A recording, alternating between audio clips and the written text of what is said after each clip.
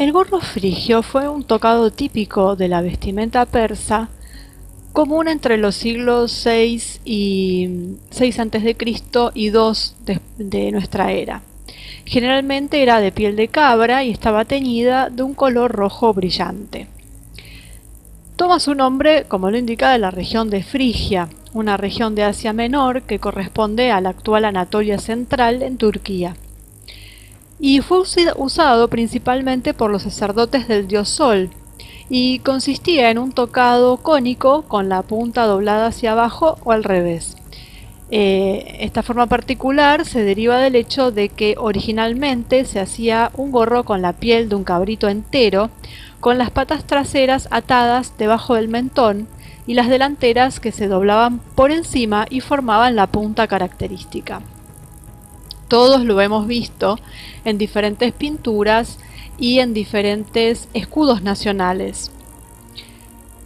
Con el tiempo, los numerosos cultos de misterio que comenzaron a extenderse de oriente a occidente llevaron consigo la figura simbólica del gorro frigio, que se convirtió así en un sinónimo de iniciación. Lo encontramos usado por Mitra y sus compañeros en las representaciones de la tauromaquia, o al frente de otras figuras místicas como las de Atis u Orfeo, a los magos persas en algunas representaciones cristianas primitivas, hasta tiempos más recientes sobre la cabeza de Marianne, la representación alegórica de la República de Francia. En Francia, justamente entre las famosas gárgolas del techo de la Catedral de Notre-Dame de París, encontramos la figura del alquimista, un anciano sabio de actitud pensativa, de barba suelta y el característico tocado en la cabeza.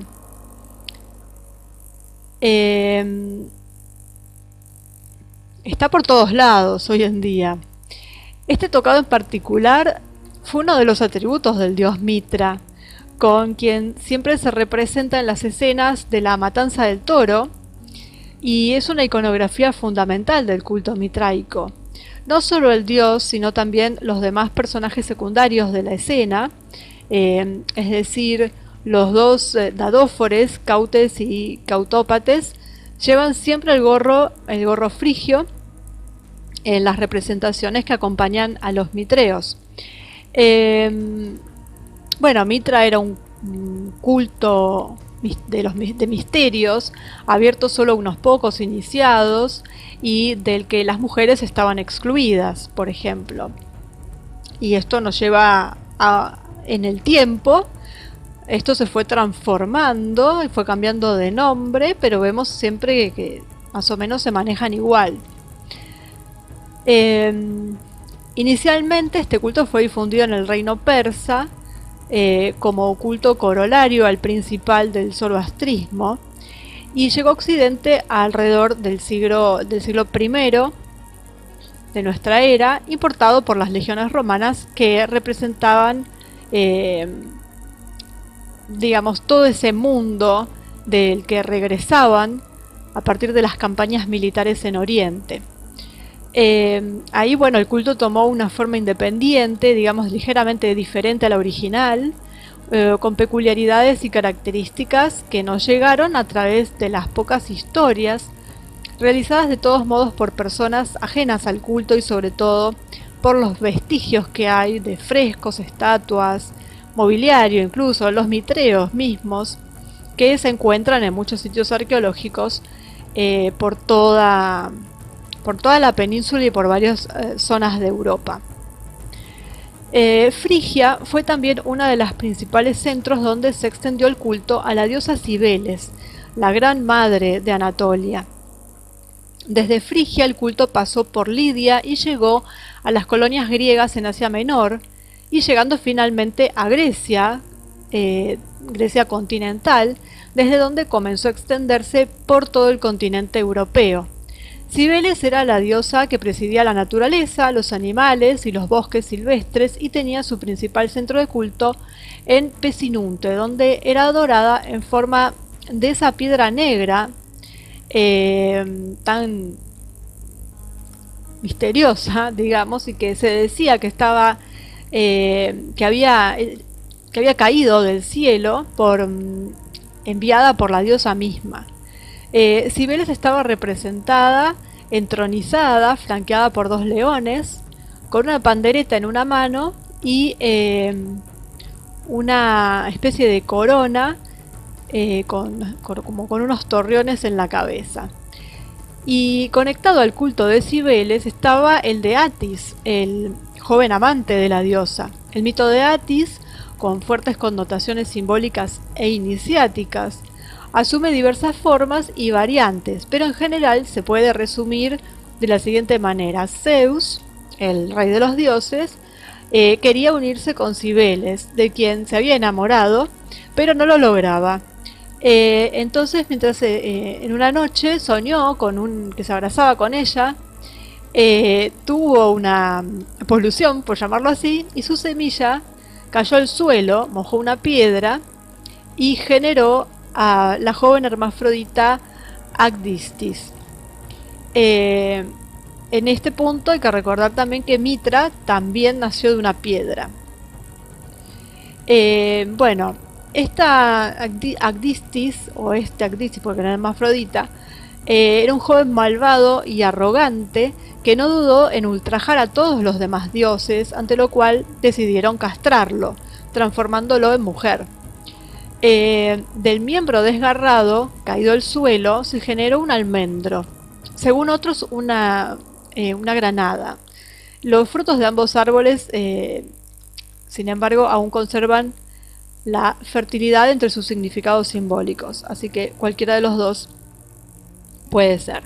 También se dice que la ninfa Sangáride, hija del dios del río Sangario, se sintió tan atraída por este almendro que agarró una fruta, un fruto mejor dicho, y lo escondió en su pecho. Inmediatamente el fruto entró en ella y quedó embarazada. De su vientre nació Atis, el apuesto joven de quien Cibeles se enamoró. Y acá el mito se divide. Según algunas versiones, la diosa mantuvo a Atis cerca de ella, involucrándolo en una noche implacable, en el que el joven huyó en busca de otras mujeres. Un día, mientras estaba con una mujer mortal, bajo la sombra de un enorme pino, fue descubierto por la diosa y, presa del remordimiento, se suicidó. Según otras versiones, fue la propia Agdistis, que ya era mujer, o sea, esta hermafrodita que ya estaba castrado y era mujer, fue quien se enamoró de él y no era correspondida, y sin saber que en realidad que era su hijo.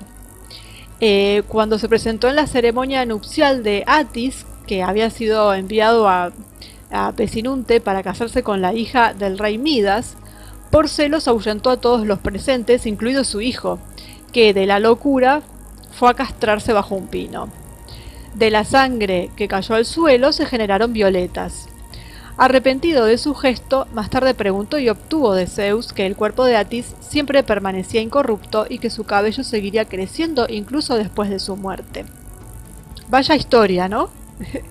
Entre la hermafrodita que lo castran y, bueno, tenemos acá un germen de todo lo que estamos viviendo ahora.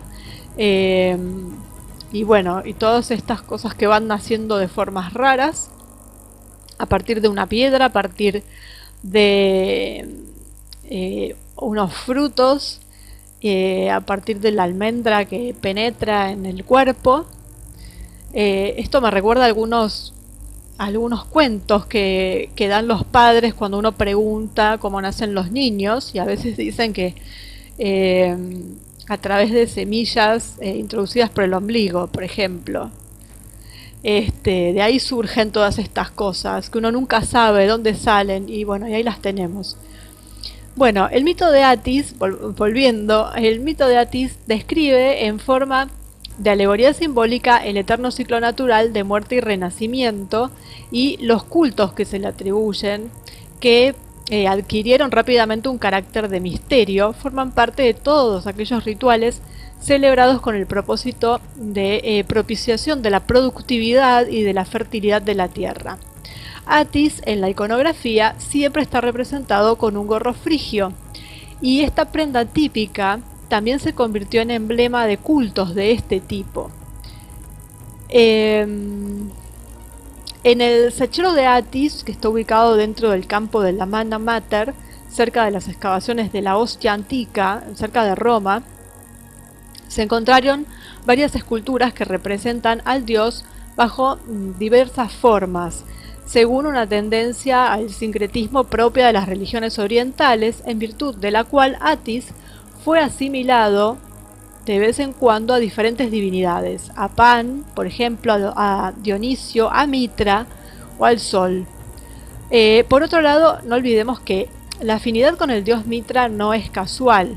Incluso el mitraísmo al final contempló los mismos misterios, tanto que tras la matanza del toro, la sangre del toro cae a tierra y genera plantas, flores, frutos, y simbólicamente la cola del animal se transforma en una mazorca de maíz. Entonces, en realidad, es como que surge de ahí este otro mito romanizado. En un principio helenizado y luego romanizado. Todo tiene su origen en el culto a Mitra. Y siempre vemos el gorro frigio, obviamente. Después de Mitra y Atis, a veces se representa a otro gran iniciado del mundo antiguo con la cabeza cubierta por un gorro frigio, y es Orfeo, el cantante místico capaz de apaciguar la ira de los dioses con su música, la furia de los monstruos, la impetuosidad de las tormentas. Está representado de esta manera, por ejemplo, en un mosaico de piso romano de la época imperial, que está conservado en el Museo Arqueológico de Palermo, y lo vemos ahí representado con la lira, inseparable de él, rodeado de animales, y llevando el gorro frigio con su color típico, que es el rojo. Y bueno, tenemos también que alrededor de él se formaron estos cultos o religiones órficas en Grecia. Bueno, hijo de la musa Calíope y del gobernante tracio Beagro, o según otras versiones del mismo dios Apolo, Orfeo fue uno de los héroes más activos del grupo de los argonautas, que liderados por Jasón emprendió un viaje a Cólquida para la conquista del Vellocino de Oro. Orfeo también es conocido por su drama personal cuando decidió bajar al inframundo para recuperar el alma de su amada Eurídice, que murió por la mordedura de una serpiente mientras escapaba de la codicia de Aristeo. Gracias al sonido encantado de su lira, Orfeo pudo superar todos los obstáculos, desde el barquero Caronte hasta el monstruoso perro de 3 cabezas, el Cancerbero, pasando de aventura en aventura hasta llegar a la presencia de Hades y Perséfone. Así que bueno, endulzando con su música, finalmente se le otorgó a Orfeo la posibilidad de traer de vuelta el alma de su amada, con la única condición de no mirar atrás antes de haber emergido finalmente del inframundo.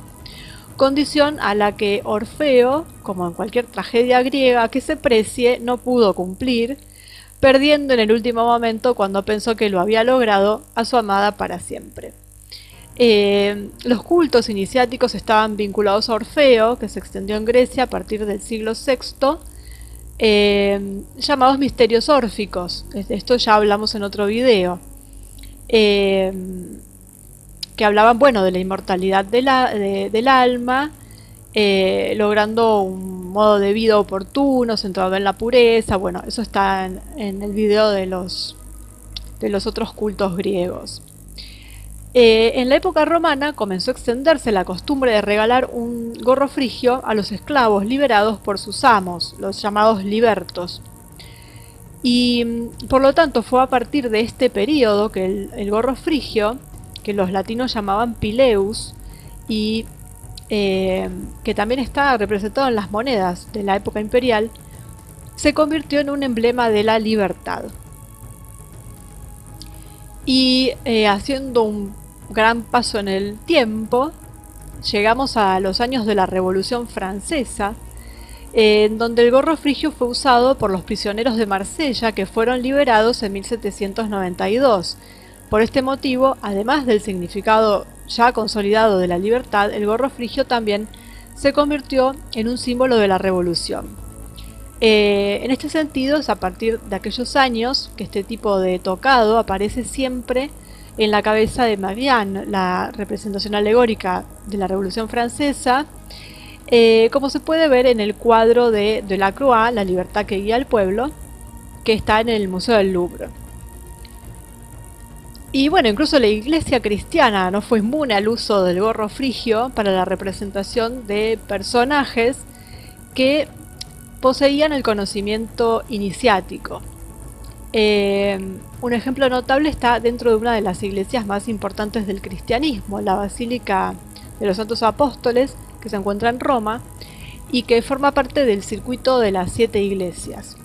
La cripta de la basílica, que se abre bajo el altar mayor, fue construida en 1869 al 71 y para recoger las reliquias de varios mártires cristianos y los restos de los 2 santos titulares, los apóstoles Felipe y Santiago el Menor.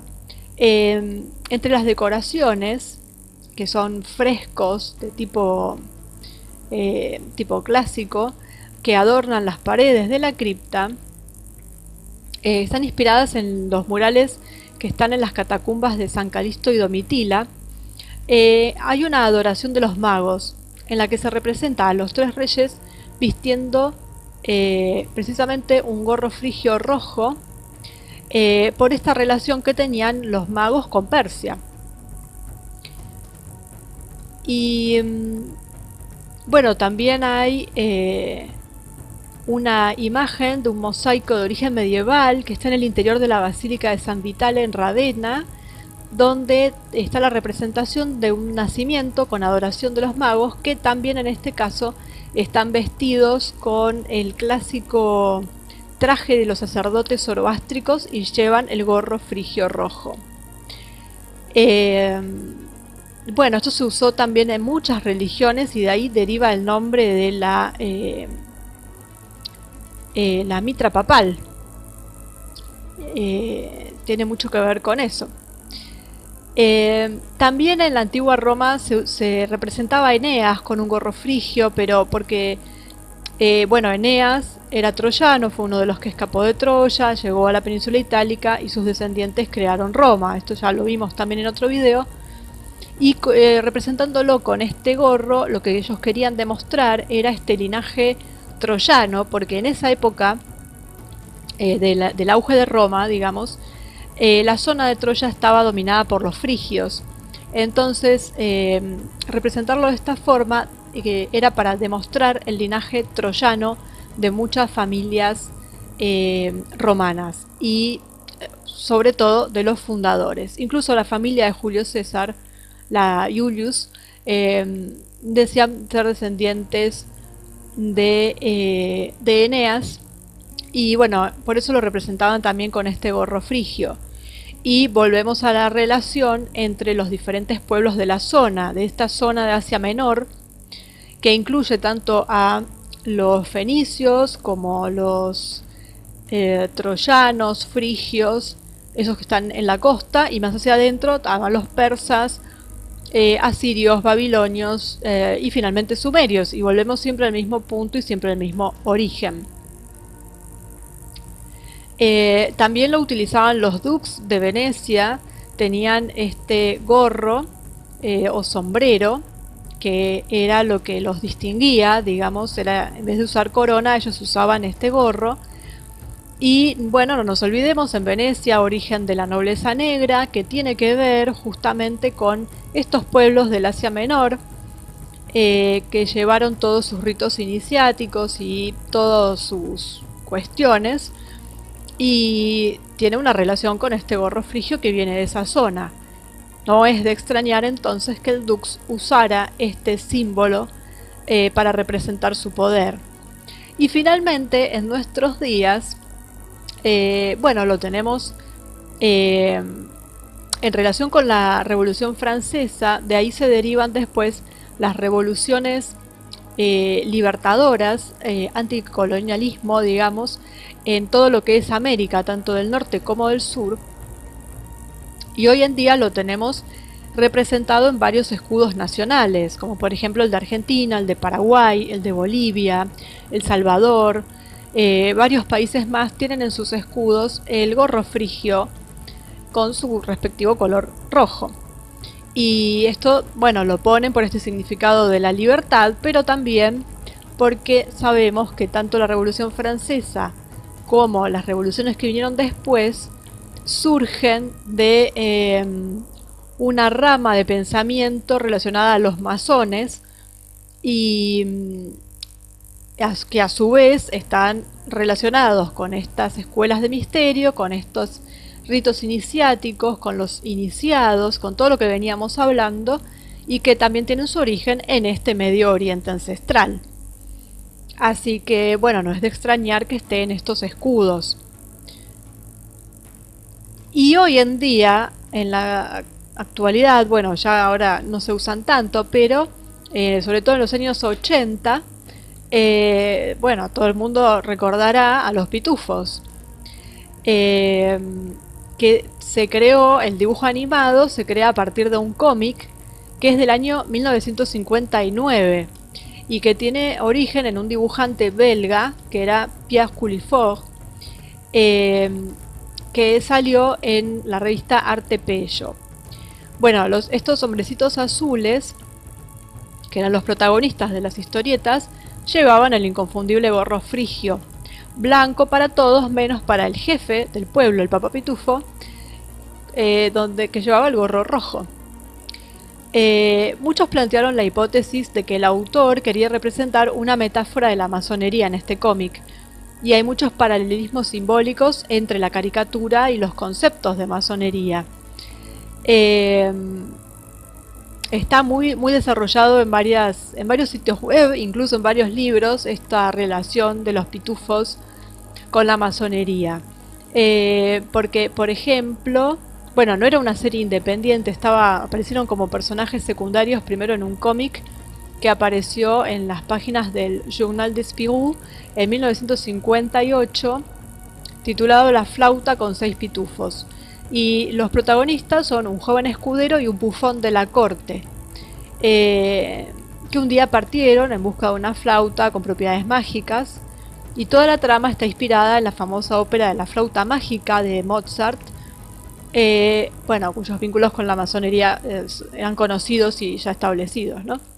Y al comienzo de la historia, los pitufos son una comunidad formada por 99 elementos, todos masculinos. De hecho, las mujeres no pueden ingresar a las logias masónicas, como tampoco podían ingresar a las escuelas mitraicas.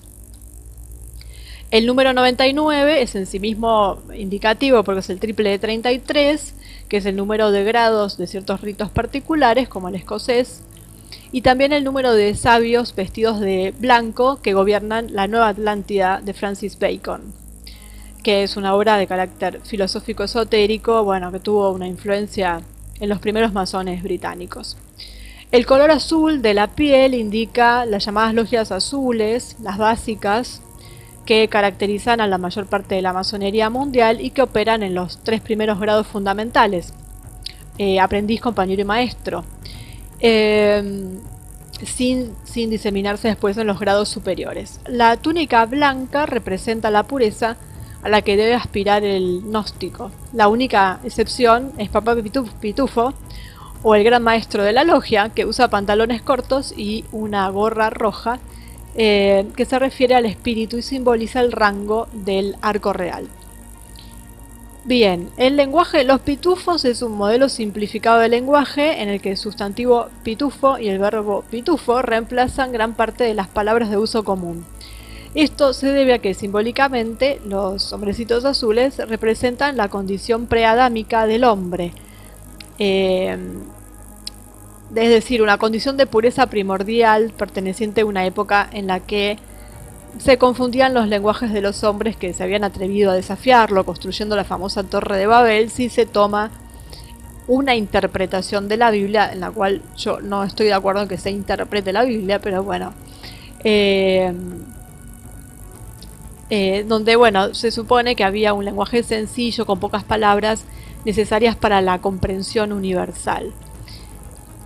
Estos pitufos tenían a su enemigo, que era un mago oscuro llamado Gargamel, que practicaba la magia negra y está vestido con una sotana larga del mismo color, que según algunos, además de recordar la maldad, también sería una alusión a la vestimenta típica de los rabinos o los sacerdotes ortodoxos más intransigentes, como los jesuitas, que era antimasones por excelencia. Bueno, sabemos que esto está ahí, está medio retorcido porque, bueno, los jesuitas justamente no vendrían a estar en contra. Eh, pero bueno, ahí lo tenemos también, es una especie de sotana o qué sé yo. Eh, Así que bueno, también puede ser un clérigo, ¿no? El mago intentan por todos los medios entrar en el pueblo para capturar a los pitufos azules y representaría al no iniciado que intenta penetrar los secretos de las logias. Eh, También estarían representados metafóricamente, digamos, los judíos en el gato Birba, el compañero de Gargamel, y que digamos hay que hacer la conexión en este caso con el nombre original del animal, que es Azrael, que es un nombre de origen hebreo, que es el ángel de la muerte, y muy similar fonéticamente a Israel. Y bueno, para corromper el espíritu y la moral de los pitufos, en un momento de la serie inventa un dispositivo que es la creación de la pitufa, la pitufina, enviada al pueblo para corromper la pacífica androginia de los habitantes. Y la artimaña funciona durante un tiempo, causando estragos en la aldea, pero el siempre vigilante Papá Pitufo encuentra la manera de romper el hechizo, haciendo uso de una magia más poderosa que la de Gargamel. Y la pitufina se transforma así en una criatura angelical y rubia, convirtiéndose en el símbolo de la sabiduría. Bueno, hay que decir igual que los vínculos con la masonería del dibujante belga nunca se establecieron del todo, y también hay otras teorías según las cuales los pitufos serían una especie de metáfora del comunismo o incluso del estalinismo. Así que bueno, el gorro frigio podría aludir al otro significado simbólico que sería este de la revolución, pero que de todas formas, sea del comunismo, sea de la masonería, estamos hablando de las famosas élites o estado profundo, así que nos da igual. En este caso el gorro frigio tiene que ver con eso, con la representación que tiene esto. Y si lo hilamos con el gorro del Dux, los cultos ancestrales provenientes de Oriente Medio y demás, estamos siempre hablando de lo mismo. Así que fíjense cómo, partiendo de un simple gorro, que es una prenda de vestir, y algo que a lo que ya nadie le presta atención y que lo vemos todos los días en monedas, en escudos nacionales, banderas, y que pasa absolutamente desapercibido, como vemos un hilo conductor desde aquella antigüedad tan remota hasta nuestros días en una serie de dibujos animados. Vemos pasar todo el hilo conductor de un mismo pensamiento y de una misma casta, por decirlo así, o de un mismo grupo, pasar a través de los siglos, y todos portando este famoso gorro frigio.